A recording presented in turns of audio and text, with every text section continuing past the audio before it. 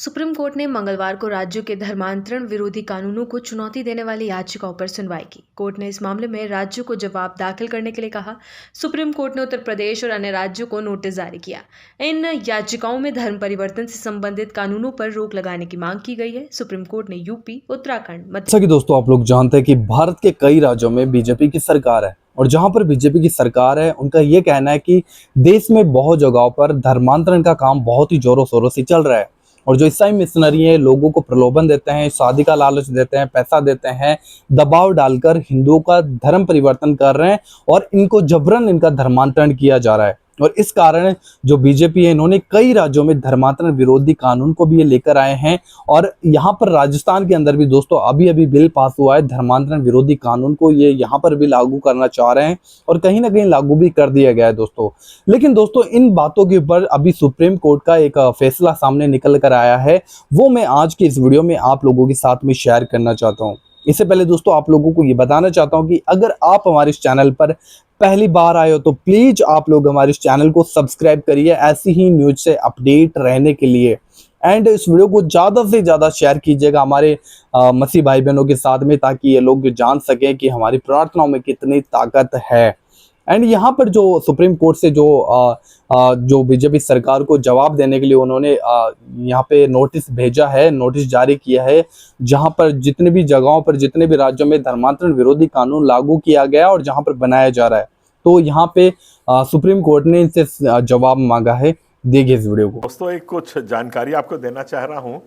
राजस्थान में जो अभी धर्मांतरण का विधेयक आया था, बहुत ज़्यादा उससे आप लोगों को घबराने की ज़रूरत नहीं है। और ये जो धमकी दे रहे हैं कि यहाँ पे छत्तीसगढ़ में भी कानून ले आएंगे, ये कर देंगे, मैं खुशी की खबर ये देना चाह रहा हूँ कि आज से 2 साल पहले छत्तीसगढ़ क्रिश्चियन फोरम ने ऐसी ही याचिका सुप्रीम कोर्ट में लगाई थी और यही मांग करी थी कि जितने भी ये कानून हैं पूरे हिंदुस्तान में जो लगे हुए हैं, धर्मांतरण के ऊपर जो कानून बने हुए हैं, उन सबको रद्द किया जाए, क्योंकि ये संविधान के मूल भावना के विपरीत है। कई बार छोटी मोटी उस पर पेशी हुई, पर 16 सितंबर को हमारी जो दलील थी वो दलील स्वीकार कर ली गई है।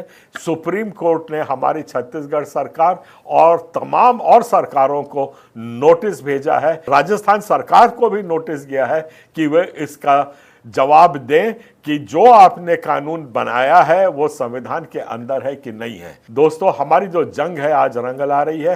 सुप्रीम कोर्ट ने इसका संज्ञान लेकर के आज छत्तीसगढ़ सरकार को नोटिस भेजा है। ये एक बहुत बड़ी सफलता मानते हैं इसको हम, और आपकी दुआ प्रार्थना की बहुत अपेक्षा करते हैं और उम्मीद रखते हैं कि आप इस जंग में हमारे साथ जुड़ेंगे। सुप्रीम कोर्ट ने मंगलवार को राज्यों के धर्मांतरण विरोधी कानूनों को चुनौती देने वाली याचिकाओं पर सुनवाई की। कोर्ट ने इस मामले में राज्यों को जवाब दाखिल करने के लिए कहा।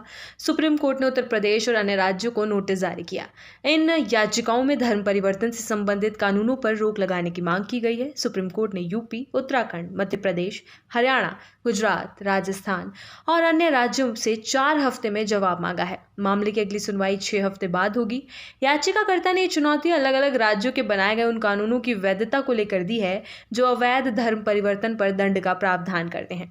उनका कहना है कि कानूनों का इस्तेमाल अंतर धार्मिक जोड़ों को परेशान करने, त्योहारों और धार्मिक अनुष्ठानों में बाधा डालने के लिए किया जा रहा है।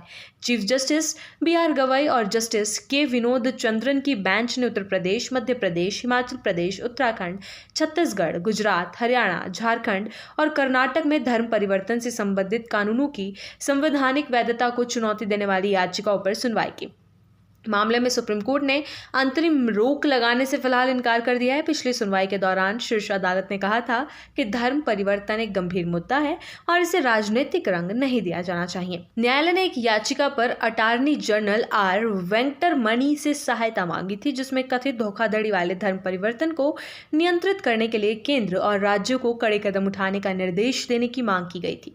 याचिकाकर्ता के वकीलों ने सुप्रीम कोर्ट को बताया, कानूनों का इस्तेमाल अंतर धार्मिक जोड़ों को परेशान करने, त्योहारों और धार्मिक अनुष्ठानों में बाधा डालने के लिए किया जा रहा है। सीनियर एडवोकेट चंदर उदय सिंह, जो citizens for justice and peace की तरफ से पेश हुए, उन्होंने कहा कि इस मामले की सुनवाई बहुत ज़रूरी है क्योंकि कई राज्य इन कानूनों को और सख्त बना रहे हैं। उन्होंने कहा कि भले ही इन कानूनों को धर्म की स्वतंत्रता अधिनियम कहा जा रहा है, लेकिन ये कानून धार्मिक अल्पसंख्यकों की धार्मिक आज़ादी को सीमित कर रहे हैं और अंतर धार्मिक विवाहों और धार्मिक प्रथाओं को निशाना बना रहे हैं। उन्होंने बताया कि 2024 में उत्तर प्रदेश कानून में संशोधन कर शादी के जरिए अवैध धार्मिक परिवर्तन पर सजा बढ़ाकर कम से कम 20 साल कर दी गई है, जो आजीवन कारावास तक बढ़ाई जा सकती है। इसके अलावा जमानत की शर्तें भी कड़ी कर दी गई है और इसमें ट्विन कंडीशंस जैसे पीएमएलए में होती है शामिल कर दी गई है। संशोधन में यह भी इजाजत दी गई है कि तीसरे पक्ष भी शिकायत दर्ज कर सकते हैं। उन्होंने ये भी कहा कि अंतरधार्मिक विवाह करने वाले लोगों, चर्च में सामान्य धार्मिक कार्यक्रम करने वाले लोगों को संगठित भीड़ की ओर से प्रताड़ना का सामना करना पड़ता है।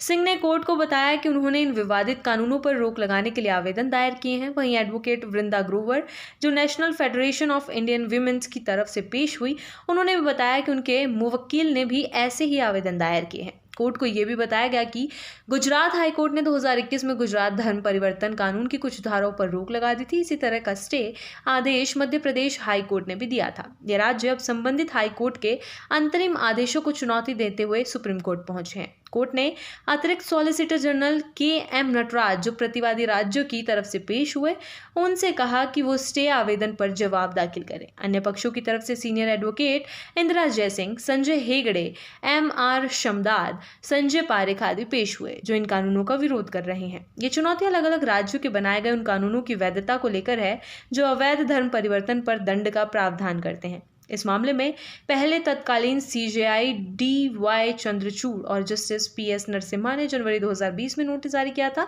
इसके बाद जमीयत उलमा-ए हिंद ने सुप्रीम कोर्ट में ट्रांसफर याचिका दायर कर कहा कि 6 हाई कोर्ट में लंबित 21 मामलों को सुप्रीम कोर्ट में स्थानांतरित किया जाए। वे 6 हाईकोर्ट हैं गुजरात, हिमाचल प्रदेश, झारखंड, कर्नाटक, मध्य प्रदेश और उत्तर प्रदेश। इनमें से 2 राज्यों गुजरात और मध्य प्रदेश में आंशिक रोक दी गई है। गुजरात हाईकोर्ट ने Gujarat freedom of religion act 2003 की कुछ धाराओं पर और मध्य प्रदेश हाईकोर्ट ने Madhya Pradesh freedom of religion act 2021 की कुछ धाराओं पर रोक लगाई है। अब आप लोगों ने दोस्तों इस वीडियो को देखा है और इस वीडियो को देखने के बाद में आप लोगों को समझ में आ गया, क्योंकि संविधान के अंदर आर्टिकल 25 और 26 में साफ साफ ये देखने को मिलता है कि हमारा जो देश है वो धर्मनिरपेक्ष देश है और हर एक को अपना धर्म मानने का, प्रचार प्रसार करने का और किसी भी दूसरे धर्म में जाने का पूरा अधिकार है।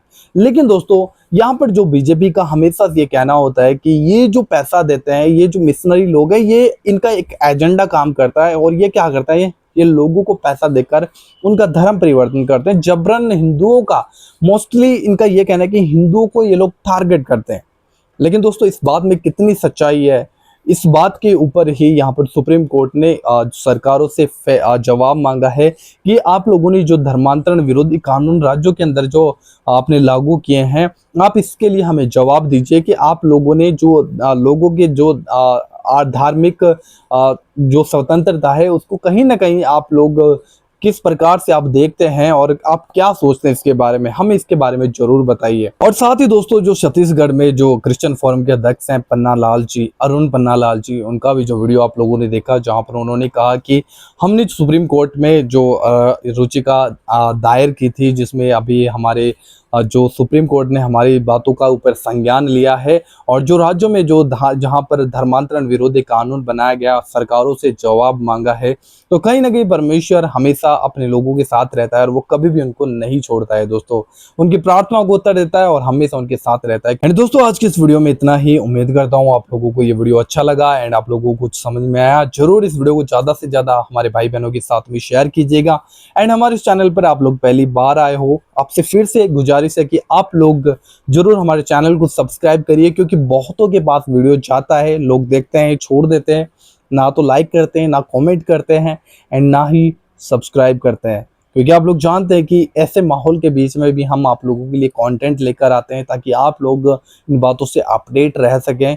देन जरूर चैनल को सब्सक्राइब कीजिएगा एंड जरूर सपोर्ट कीजिए। परमेश्वर आपको आशीष दे। बाय।